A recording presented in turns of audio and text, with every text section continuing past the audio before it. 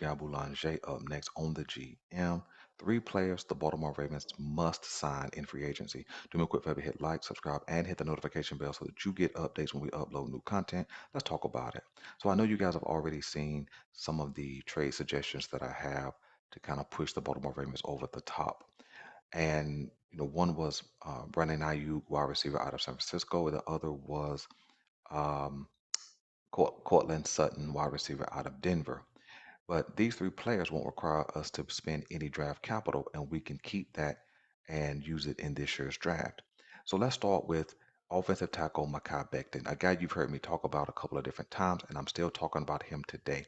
I think this is a must sign for the Baltimore Ravens. I think he's going to come at a bargain for a guy of his talent. Yes, he has not had a great showing up until this past year, which is his best season as a New York Jet. But let's be honest, a guy who is 6'7", 320 plus pounds with a long reach, athleticism, and power still has a lot of value. You got to remember this guy was a top 12 pick in the 2020 draft, and there's no reason to think that he's less talented now, especially after having 4 seasons as an NFL player. You guys know this. Sometimes when you're a rookie and you're expected to come in and be all that you can be, so to speak, when you don't have good coaching, good camaraderie, when you don't have any other people in place to kind of teach you the ropes, you're gonna have to get it how you get it, right? That's why it probably took all the way to his 4th season for him to really get his body together, play the most games he's played, and be as productive as he can. And because of that, he still has a lot of value. And I think that um, bringing him in, they could probably get him for like 3 years and 36 million, which plugs him in at 12 million a year. You might have to pay him a little more, 3 years and 42. But I think a guy with his talent, number one, can be an immediate replacement if Ronnie Stanley goes down.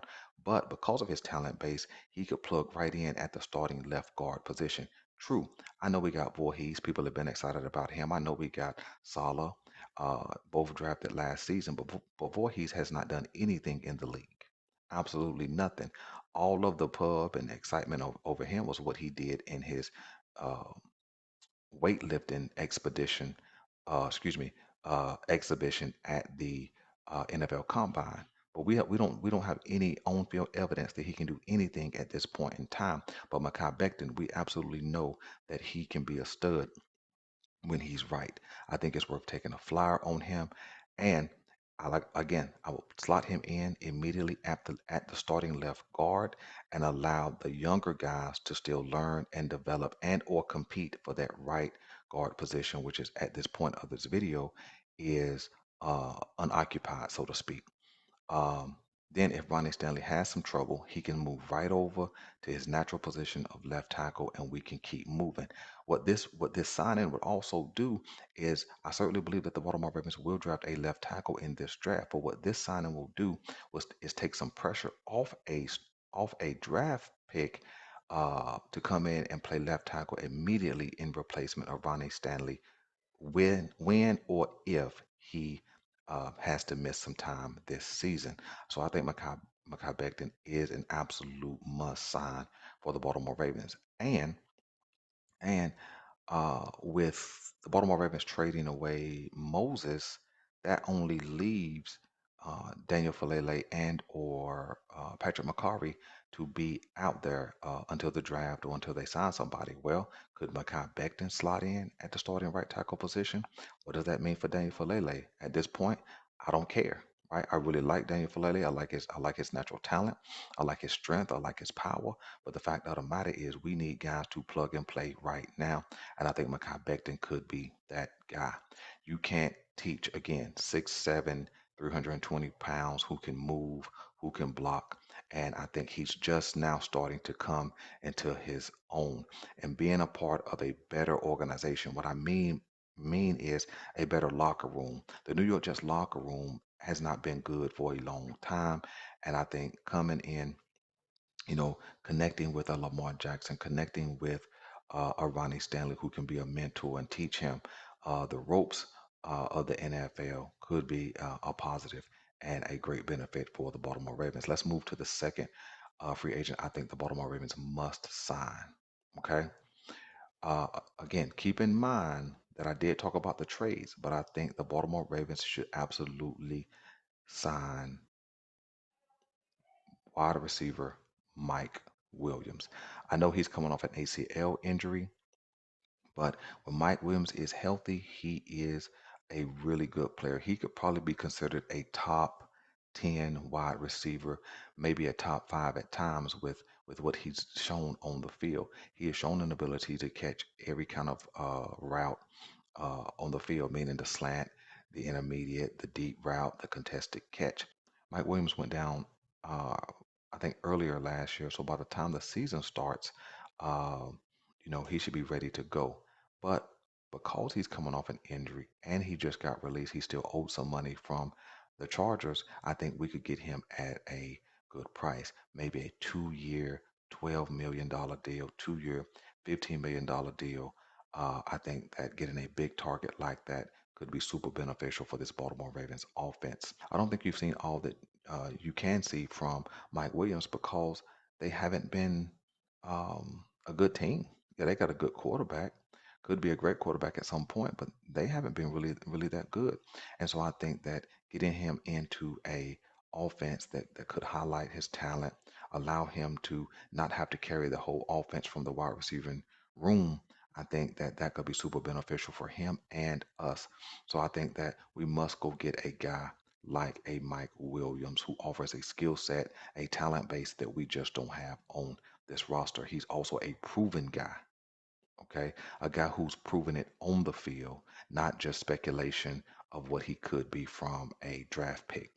I think they must sign Chase Young. Why Chase Young? Well, Chase Young, I think in 2020, I think was the number two overall pick going to the Washington Commanders. And I think that that was one of the worst situations he could have been drafted into. Why? Well, the Washington Commanders have been a dumpster fire for a decade, right? They haven't been a winning organization, not really. They haven't been well run, not really.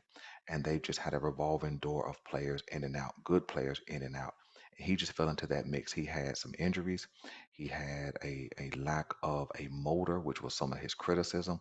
He's already been on his second team, and I think he's just going to try and find a home at least for the next 3 or 4 years.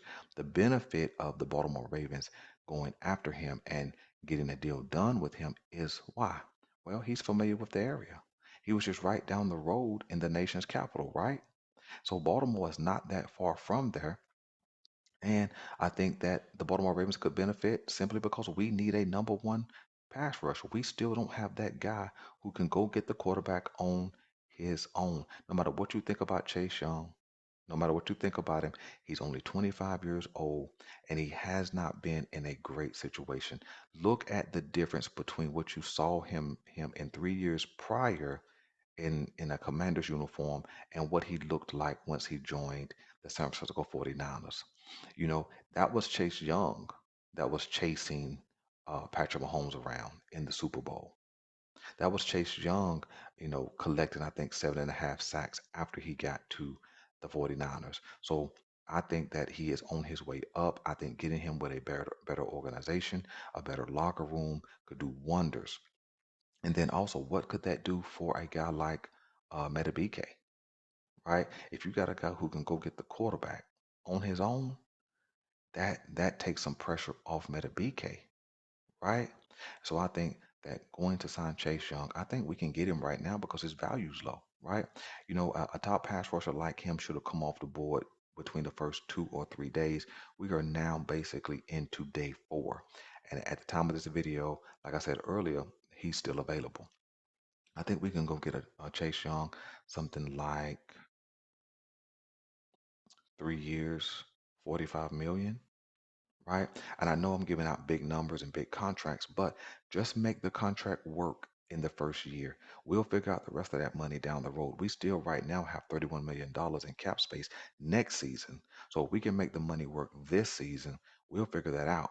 And you got to remember, Lamar Jackson has a $70 million cap number next year. So we know that that's going to be restructured.